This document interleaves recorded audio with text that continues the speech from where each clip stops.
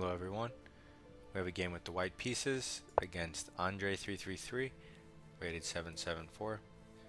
We're going to open up with d4, go for the Jobava London if he lets us.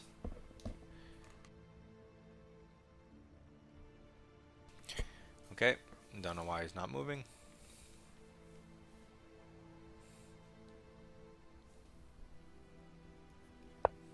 And there we go. So he plays d5, and now we can go knight c3, developing a piece towards the center, preparing to bring our bishop out. He goes knight f6, developing a minor piece towards the center. Now we can bring our bishop out towards the center, towards the c7 square. So now he just develops his other knight casually, pressuring the center a little bit.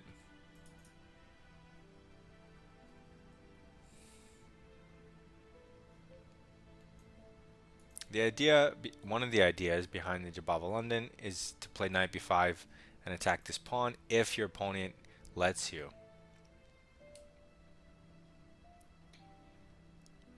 And a lot of times they put their knight here to defend it. But he just developed his knight here, so if I attack the pawn, how can he defend it?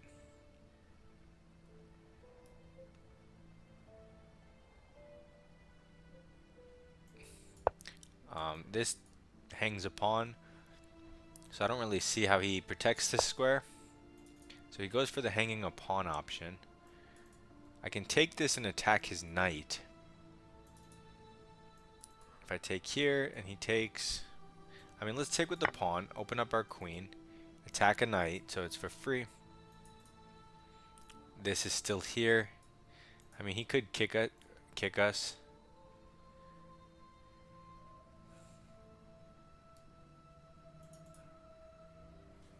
But overall, I like what just happened. It's a weird transformation that has to be good for white at least.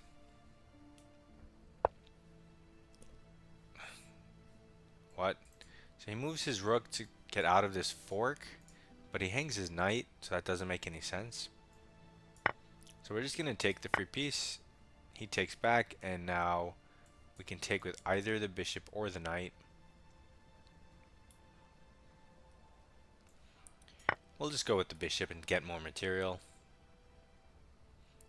We'll keep it simple. And then we have to get our army off of the back rank and develop. The game is effectively over. I was looking forward to playing that position before he blundered the knight. So he develops his bishop with check.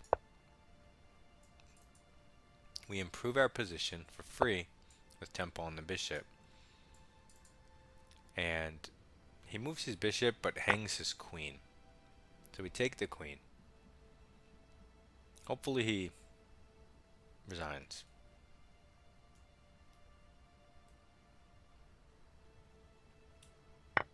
He takes it. We just move our knight because it's in a weird spot now. Might as well throw in a check and take his bishop. We're up 10 points of material. Okay, so he attacks the knight. Well, let's bring our queen in because we can.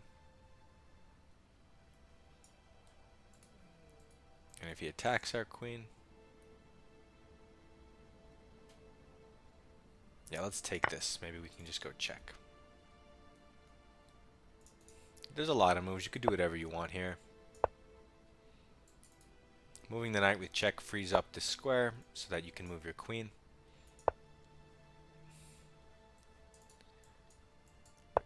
Okay, now we're in his position. Let's take the bishop. And when he takes back, we could take the rook. Okay, he doesn't take back. We have a double check here. He has to move the king somewhere. What else do we have? We're up 14 points of material. That's quite a lot. Okay, let's just give the double check so we can evacuate our queen. We can give back a knight. Makes no difference. Let's just get our queen. We can get it here. You could also have probably gone here and eyed his king. We don't care about the knight. He takes with the king, which is very weird as opposed to the pawn. We could take more stuff, but let's get our pieces into the game. We can start by developing a knight to its most natural square. We can put a pawn in the center, or we can move it only one. And we can bring our bishop out. We can also develop our rook by means of h4, h5. You don't always have to go through the center.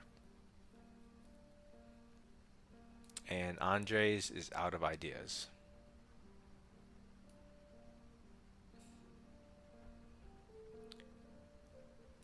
If we could, we would castle long right now, but you can't castle through check. If he tries to harass our queen, we could just go here with a check. You could take free stuff also.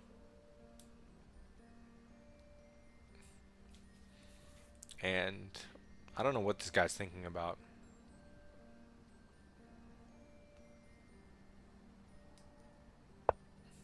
Okay, so he moves his rook. Kind of random move. And you can make any of the moves I mentioned earlier. I'm going to develop my rook before my bishop, because my bishop doesn't have access to the d3 square to give this check because the rook covers it. But my rook does have access to just keep pushing this pawn with checks. And now my rook can get out.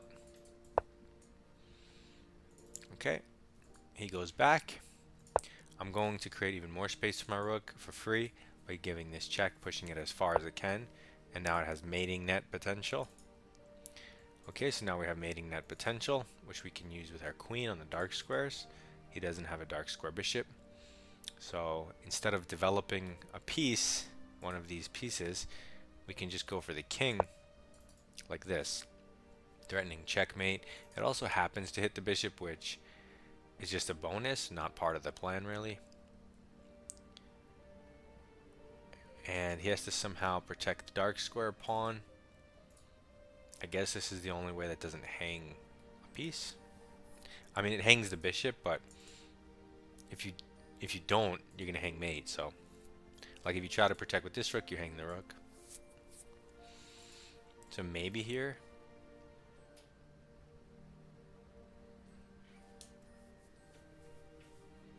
This. Maybe king over. Maybe these are the only two moves that don't lose like immediately.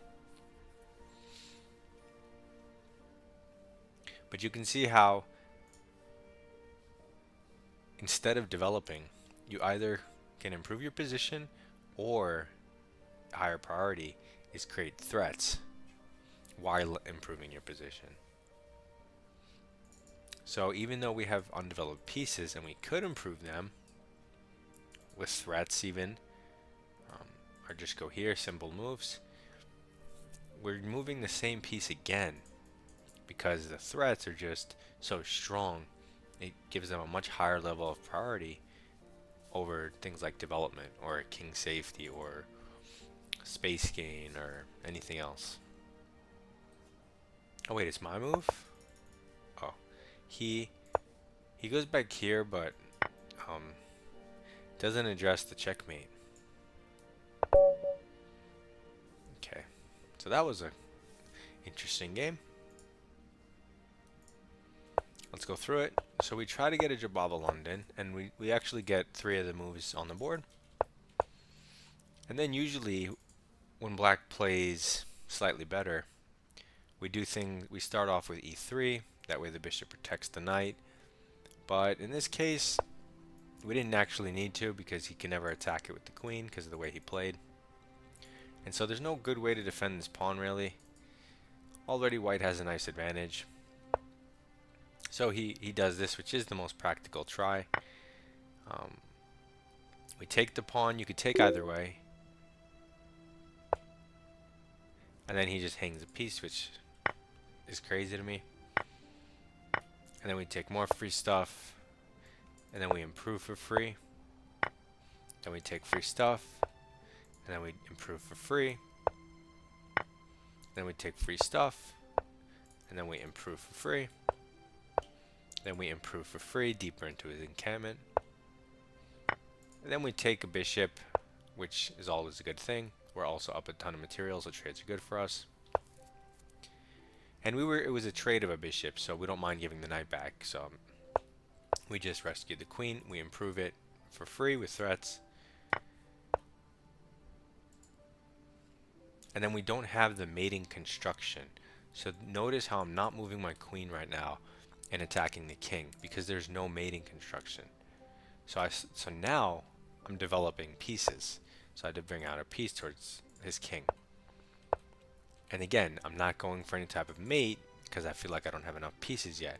So I keep bringing more pieces into the game. I'm trying to bring the rook in the game, but the pawn is also an attacking unit, especially if you let it get to h6.